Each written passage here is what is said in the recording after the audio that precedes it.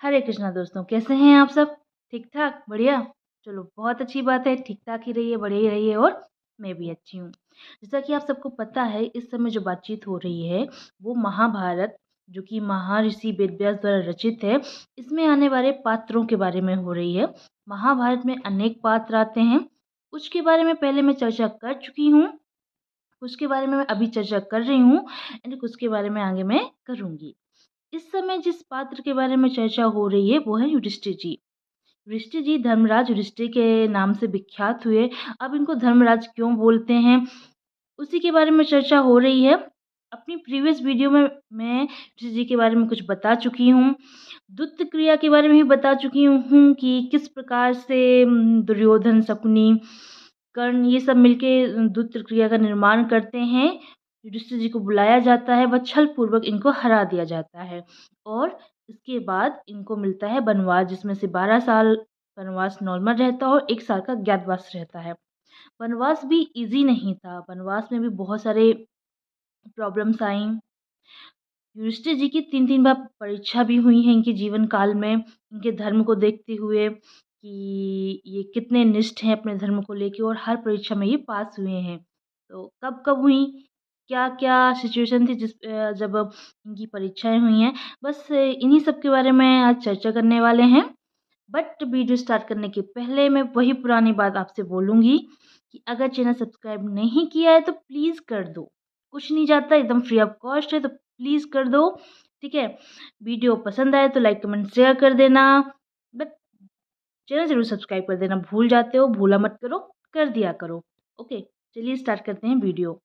जब पांडव अपना वनवास बिता रहे थे, तो वनवास बिताते-बिताते वो एक राज्य में पहुँचे जिसका नाम था कीरत, जहाँ के राजा थे सुबाहु। वो उस राज्य के वन में निवास कर रहे थे। तो एक दिन क्या होता है, जो भीम होते हैं, वो निकल जाते हैं शिकार के लिए, कि वन में निकल जाते हैं वो शिकार के लिए।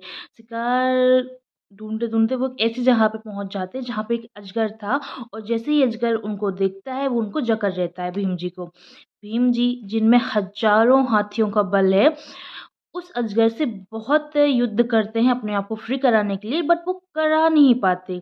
तब भीम सोचते हैं कि अवश्य ही ये कोई साधारण सा अजगर नहीं है, क्योंकि ये इसने मुझको इतनी ज़ोर से जकड़ रखा है और मुझ में इतने हाथियों का बल है, मुझे ईज़िली तो कोई नहीं पकड़ सकता, ये अवश्य ही कोई विशेष है। तो तब भीम अपना प्रश्न पूछते हैं उस अजगर से कि आप कृपा करके मुझे बताइए कि आप कौन हैं? क्योंकि मुझे इस तरीके से कोई भी साधारण प्राणी जकड़ नहीं सकता, पकड़ नहीं सकता। मैं आपसे जीत नहीं पा रहा हूँ, तो अवश्य कोई साधारण से अजगर तो नहीं हैं आप। कृपया करके अपना परिचय दीजिए। तो जब भीम विनम्रतापूर्वक उस अजगर से ये बोलते हैं, तब अजगर आंसर देता है भीम के कि सुनो भीम, मैं तुम्हारा ही पूर्वज नहुस हूँ। ठीक है? नहुस जो थे वो पांडव के पूर्वज हैं। तो वो आंसर देते हैं कि मैं तुम्हारा ही पूर्वज नहुस हूँ, और मैंने अपने कर्मों से स्वर्ग का सिंहासन इंद्रासन जो होता है उसे प्राप्त किया। लेकिन जब मुझे इंद्रासन प्राप्त हुआ, मेरे कुछ कर्म बिगड़ गए, ये कह दीजिए कि उनको अभिमान आ गया, और अपने अभिमान के चलते हुए उन्होंने कुछ ऐसे कार्य किए जो कि अपराध बन गए। क्या कार्य किए थे? वो भीम को बताते हैं कि जब मैं इंद्र की सिंहासन में बैठा हुआ था, तब मैंने एक बार क्या हुआ, मैंने ब्रह्म ऋषियों से अपनी पालकी उठवाई। ठीक है? ब्रह्म ऋषियों के लिए उन्होंने अपराध कर दिया। तो वो बताते हैं कि जब ब्रह्म ऋषियों ने मेरी पालकी उठाई, तो मैं उनसे बोलता हूँ जल्दी चलो, जल्दी चलो। उस बात को लेके मैं अगस्त्य जो ऋषि होते हैं उनको लात मार देता हूँ, सर पर सर्प करके हुए उनको लात मार देता हूँ। जिस वजह से अगस्त्य जो मुनि थे वो बहुत ज़्यादा क्रोधित हो जाते हैं। वो बोलते हैं कि तुम जाओ, अब तुम सर्प की योनि में ही पहुँच जाओ। और जैसे ही उनको श्राप मिलता है, वो यहाँ मृत्युलोक यानी कि पृथ्वी में गिरने लगते हैं। और जब वो अपनी ये दुर्दशा देखते हैं कि अरे उनको तो श्राप मिल गया, वो भी सर्प की योनि का, तो वो उन सभी ब्रह्म ऋषियों से क्षमा याचना करते हैं कि प्लीज़ आप मुझे क्षमा कर दीजिए। आपका ये जो श्राप है उसको एक समय अवधि में मुझे बाँध बाँध दीजिए। मुझे कृपया करके बताइए कि मैं इस योनि में कब तक रहूँगा? ब्रह्म ऋषि थे बहुत ज़्यादा दयालु होते हैं। तो जब वो देखते हैं ब्रह्म ऋषि कि नहुस को अपनी गलती का एहसास है, वो माफ़ी माँग रहे हैं, तो वो माफ़ करते हैं नहुस को और बोलते हैं कि तुम इस अजगर की योनि में तब तक रहोगे जब तक कोई आके तुम्हारे सभी प्रश्नों का उत्तर नहीं दे देता। और हम तुमको ये आशीर्वाद देते हैं कि तुमको अपना जो पूर्व जन्म है, यानी कि जो नहुस का जन्म है और जब वो राजा बने, ये सब कुछ याद रहेगा। और इस योनि में तुम जब दिन का छठवां पहर होगे, उस समय तुम अगर किसी को भी पकड़ोगे तुम, तो वो इंसान जिसको भी तुम पकड़ोगे उसे वो तुमको हरा नहीं पाएगा। इस तरीके से जो ब्रह्म ऋषि थे वो नहुस को ये वरदान दे देते हैं। और फिर नहुस जो कि एक अजगर हैं अभी प्रेज़ेंट टाइम में, बोलते हैं यही उन ऋषियों का वरदान है मेरे साथ, आशीर्वाद है मेरे साथ कि तुम में हज़ारों हाथियों का बल है फिर भी तुम मुझे नहीं हरा पाए। मैं तुम्हारा ही पूर्वज हूँ लेकिन मैं अभी बहुत भूखा हूँ, मेरे सामने तुम भोजन के रूप में आए हो, इसलिए मैं तुम्हें खाऊँगा। ठीक है? और वहाँ दूसरी तरफ युधिष्ठिर जी देखते हैं कि अभी तक भीम नहीं आए, तो उनको भीम की बहुत ज़्यादा चिंता होती है। वो निकलते हैं अपनी कुटिया से भीम को ढूँढते-ढूँढते उनके पद चिन्हों का पीछा करते-करते वो उस स्थान पे आ जाते हैं जहाँ पे नहुस ने जो नहुस जो कि अभी अजगर बने हुए हैं अपने अपराधों की वज़ह से, देखते हैं कि किस तरीके से लपेट रखा है। युधिष्ठिर भी आते हैं और पूछते हैं कि आपने मेरे भाई को इस तरह क्यों लपेटा हुआ है, आप कौन हैं? तो नहुस अगेन उनको आंसर देते हैं कि मैं तुम्हारा ही पूर्वज नहुस हूँ। अपराध की वजह से, ब्रह्म ऋषियों के अपराध की वजह से मैं इस अजगर योनि में आया हुआ हूँ। और मुझे ये वरदान भी है कि दिन के छठवें पहर अगर मैं किसी को पकड़ लूँगा तो वो मेरा भोजन बनेगा और वो मुझसे जीत नहीं पाएगा। युधिष्ठिर बोलते हैं, अरे आप ऐसा मत करो, अगर आपने भीम को खा लिया तो अ, धर्म की स्थापना नहीं हो पाएगी, हमको भीम की आवश्यकता है। युधिष्ठिर जी बहुत कुछ बताते हैं कि हमको भीम की क्यों आवश्यकता है और ये सारी बातें भीम जी भी नहुस से बोलते हैं। तो जो नहुस होते हैं वो बोलते हैं कि देखो मेरा तो भोजन है, मैं जानता हूँ कि तुम मेरे ही वंशज हो बट मेरे सामने अभी भोजन है और मैं बहुत ज़्यादा व्याकुल हूँ, बहुत ज़्यादा भूखा हूँ, मैं अपने भोजन को नहीं छोड़ सकता। लेकिन एक मेरे साथ वरदान ये भी है कि अगर मेरे प्रश्नों का उत्तर कोई दे देता है, तो मैं इस सर्प योनि से मुक्त हो जाऊँगा। तो तुम अगर मेरे प्रश्नों का उत्तर दे दो, तो मैं इस सर्प योनि से मुक्त हो जाऊँगा और भीम भी बच जाएगा। जब युधिष्ठिर जी ये सुनते हैं, तो वो बोलते हैं, "ठीक है, आप प्रश्न पूछिए, मैं अपनी योग्यता के अनुसार आपके प्रश्नों का उत्तर देने की कोशिश करता हूँ।" तब नहुस उनसे प्रश्न पूछना स्टार्ट करते हैं धर्म का, ब्राह्मण कौन होते हैं, ठीक है, धर्म क्या है? इस तरीके करते नहुस उनसे बहुत सारे क्वेश्चन पूछते हैं और जो युधिष्ठिर जी थे, बहुत ही विनम्रता के साथ, सूझबूझ के साथ नहुस के सभी प्रश्नों का उत्तर देते हैं।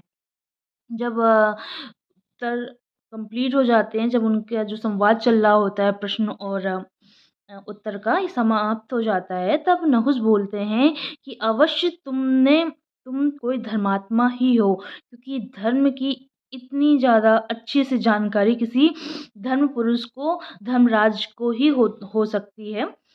और ये बोलते ही वो भीम को छोड़ते हैं और वो अपने नहुस में आ जाते हैं। बोलते हैं कि मैं तुम्हारा पूर्वज हूँ, आज तुम्हारी वज़ह से मैं इस सर्प योनि से फ्री हो गया और वापिस चले जाते हैं अपने लोक को।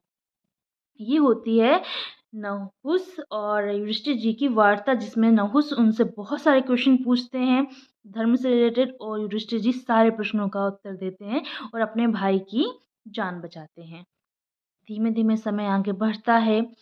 इनके 12 साल कंप्लीट होने वाले होते हैं वनवास में, इसलिए पाँचों पांडव 12वें वर्ष के अंत में दैत्य वन आ जाते हैं निवास करने के लिए। एक बार क्या होता है कि एक ब्राह्मण उनके पास आता है, वो बोलता है कि मृग ने उनकी अरणी चुरा ली है, मंथन काष्ठ चुरा लिया, जिसके बिना वो यज्ञ इत्यादि नहीं कर सकते। कृपा करके उस मृग से वो सब दोनों चीज़ें वापस लेके आइए। जब पांडव ये सुनते हैं तो वो ब्राह्मण की हेल्प करने के लिए वन की ओर जाते हैं। वन में वो मृग को बहुत देर तक ढूँढते हैं और धीरे-धीरे वन के बहुत आगे चले जाते हैं। उनको मृग तो नहीं मिलता, बट पूरे वन में घूमते-घूमते इन सबको प्यास लगती है। तो ऋषि पहले नकुल को भेजते हैं कि जाओ पानी लेके आओ, किसी सरोवर से, हम बहुत प्यासे हैं। नकुल जाते हैं और उनको एक सरोवर दिखता है, उस सरोवर से वो पानी लेने लगते हैं। जैसे ही नकुल पानी लेने लगते हैं तो वहाँ पे एक आवाज़ आती है कि सावधान, ये सरोवर मेरा है।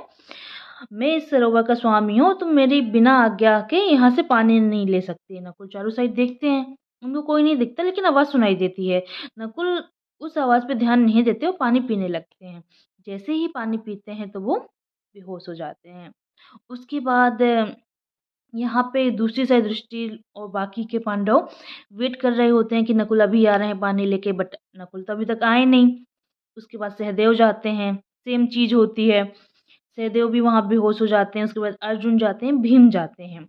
जब युधिष्ठिर देखते हैं कि उनके चारों भाई जा चुके हैं, वो अभी तक नहीं लौटे हैं, उनको अगेन चिंता होती है कि ऐसा क्या हो गया जो उनके भाई वापस नहीं आए, कोई अनहोनी तो नहीं हुई है। वो जाते हैं सरोवर की साइड और जाके देखते हैं कि उनके चारों भाई वहाँ पे मूर्छित हैं।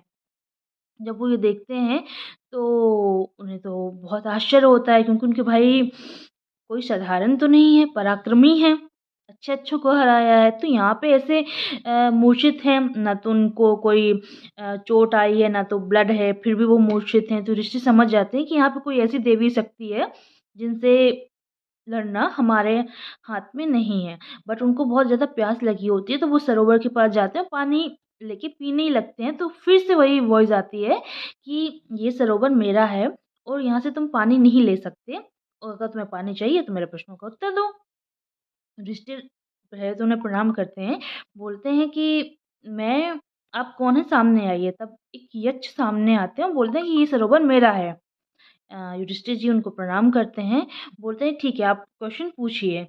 उस समय यक्ष जो थे वो क्वेश्चन पूछते हैं, वही क्वेश्चन आते हैं उनके कि ग्रह का मित्र कौन होता है, गृहस्थी का मित्र कौन होता है और यात्री का मित्र कौन होता है। इस तरह करके वो बहुत सारे क्वेश्चन बहुत से क्वेश्चन पूछते हैं, जैसे धनवानों में धनवान कौन है, ठीक है? गृहस्थी का मित्र कौन है, प्रवासी का मित्र कौन है, एक रोगी का मित्र कौन होता है। और युधिष्ठिर जी जो होते हैं वो आंसर देते हैं। युधिष्ठिर जी बोलते हैं कि एक गृहस्थी का मित्र पत्नी होती है, प्रवासी का मित्र उसका सहयोगी होता है, समुदाय होता है यानी कि, और जो रोगी होता है वैद्य उसका मित्र होता है। धनवान वही है जिसमें बहुत अच्छे गुण हैं, उत्तम गुण हैं। बहुत सारे क्वेश्चन होते हैं, युधिष्ठिर जी सभी के आंसर देते हैं। जब सबके आंसर हो जाते हैं तो लास्ट में यक्ष जो होते हैं वो बोलते हैं कि देखो, तुमने मेरे सभी प्रश्नों का उत्तर दे दिया, अब मैं तुम्हारे एक भाई को ज़िंदा कर सकता हूँ, बताओ किसको कर दूँ? तो युधिष्ठिर थोड़ी देर सोचते हैं, फिर आंसर देते हैं कि आप एक काम करिए, नकुल को जीवित कर दीजिए। जो यक्ष होते हैं वो सुन के थोड़ा-सा चकित हो जाते हैं, बोलते हैं क्यों, नकुल को क्यों? तुमको अभी युद्ध करना है तो तुम अर्जुन को ज़िंदा कर लो, बिना युद्ध अर्जुन के तो देखो तुम युद्ध जीत नहीं पाओगे, या फिर भीम तो देखो तुमको इतना ज़्यादा प्रिय है, तुम भीम को ज़िंदा कर लो, तुमने नकुल को ही क्यों माँगा कि नकुल को जीवित कर दीजिए? तब युधिष्ठिर जी बोलते हैं कि मेरे पिता पांडु की 2 वाइफ़ थीं, मतलब हाँ, 2 वाइफ़ हैं। एक का नाम है कुंती, एक का नाम है माद्री। माद्री जी अब नहीं है। कुंती का एक पुत्र यानी कि मैं युधिष्ठिर अभी भी जीवित हूँ, लेकिन माद्री जी जो हैं उनके तो दोनों पुत्र यहाँ पे मूर्छित पड़े हैं, तो कृपा करके आप उनके एक पुत्र को जीवित कर दीजिए, और मेरे लिए दोनों माताएँ समान हैं। तो इस प्रकार से अगर नकुल जीवित हो जाते हैं तो माद्री माता की भी एक पुत्र जीवित रहता है। जब यक्ष ये आंसर सुनते हैं युधिष्ठिर जी का, तो वो बहुत ज़्यादा खुश होते हैं और अपने असली रूप में आते हैं। वो थे यमराज। यमराज बोलते हैं कि मैं तुम्हारी परीक्षा लेने आया था युधिष्ठिर, और तुम इस परीक्षा में सफल हुए, और मैं खुश होके तुम्हारे सभी भाइयों को जीवित करता हूँ और मैं तुमको एक वरदान भी देता हूँ कि ये तुम्हारा जो अज्ञातवास है उसमें तुम छुपे हुए ही रहोगे, कोई भी तुमको नहीं ढूंढ पाएगा। इस तरीके से वो युधिष्ठिर जी को आशीर्वाद देते हैं, उनके सभी भाइयों को पुनर्जीवित करते हैं और वहाँ से प्रस्थान कर जाते हैं। तो इस प्रकार से हम देखते हैं कि युधिष्ठिर जी के सामने इतनी विकट परिस्थिति थी उसके उनके भाई मूर्छित पड़े थे, तब भी उन्होंने धर्म का साथ नहीं छोड़ा। वही चीज़ वो नहुस के साथ भी करते हैं, नहुस को अपने आप को ऑफ़र कर देते हैं कि मेरे भाई को छोड़ दो, अब मुझे खा लो, ठीक है? तो युधिष्ठिर जी के कितनी उन्होंने धर्म की परीक्षाएँ दी हैं, बहुत बड़ा है, बहुत विशाल है। आगे मैं नेक्स्ट वीडियो में लेके आऊँगी कि और कहाँ पे वो धर्म में संकट में फँसते हैं और किस तरीके से वो सूझ-बूझ के उससे निकलते हैं, सही डिसीज़न लेते हैं। ये सब मैं बताऊँगी अपने नेक्स्ट वीडियो में। आज की वीडियो के लिए इतना ही रखते हैं और जाने से पहले मैं आपसे वही पुरानी घिसी-पिटी बात बोलूँगी कि चैनल सब्सक्राइब कर देना, वीडियो लाइक, कमेंट, शेयर कर देना। ज़्यादा कुछ नहीं करना, बस इतना ही कर देना एंड चैनल सब्सक्राइब करने में कोई भी पैसा नहीं लगता, तो फ्री ऑफ कॉस्ट है, इसलिए कर देना। ओके? जय श्री कृष्णा।